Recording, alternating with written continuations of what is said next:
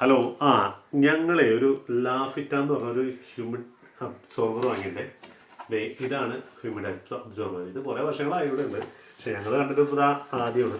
അപ്പോൾ ഞങ്ങളത് വാങ്ങിയിട്ട് ഞങ്ങളതൊന്ന് ഓപ്പൺ ചെയ്തിട്ട് നമുക്ക് ഇതുപോലത്തെ ഒരു ബാഗും പിന്നെ ഇതുപോലത്തെ വേറൊരു ബാഗ് കിട്ടി. ഇപ്പം 2 ബാഗായിരുന്നു. അപ്പോൾ ഇത് എന്താ ചെയ്യേണ്ടതെന്ന് ഞങ്ങളിങ്ങനെ നോക്കിക്കൊണ്ടിരിക്കുകയായിരുന്നു. കാരണം കറക്റ്റ് പിടിയൊന്നും കിട്ടിയില്ല. ലാസ്റ്റ് എന്താ ചെയ്യേണ്ടത്, ഇതിൽ കട്ട് ചെയ്യാനുള്ള ഒരു ഓപ്ഷൻ ഉണ്ട്. അപ്പോൾ നമ്മളൊരു നല്ലൊരു കത്രിക ഉപയോഗിച്ചിട്ട് ഇങ്ങനെ കട്ട് ചെയ്യുക.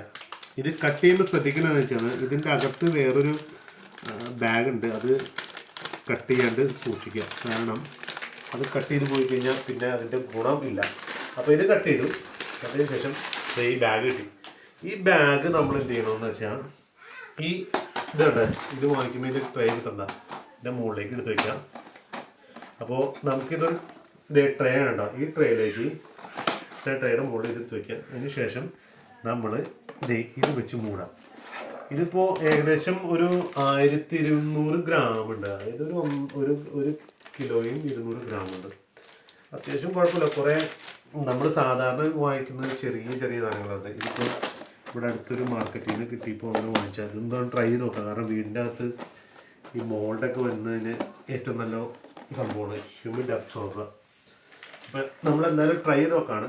എൻ്റെ വീഡിയോ പിടിക്കുന്നത് അന്ന കേട്ടോ.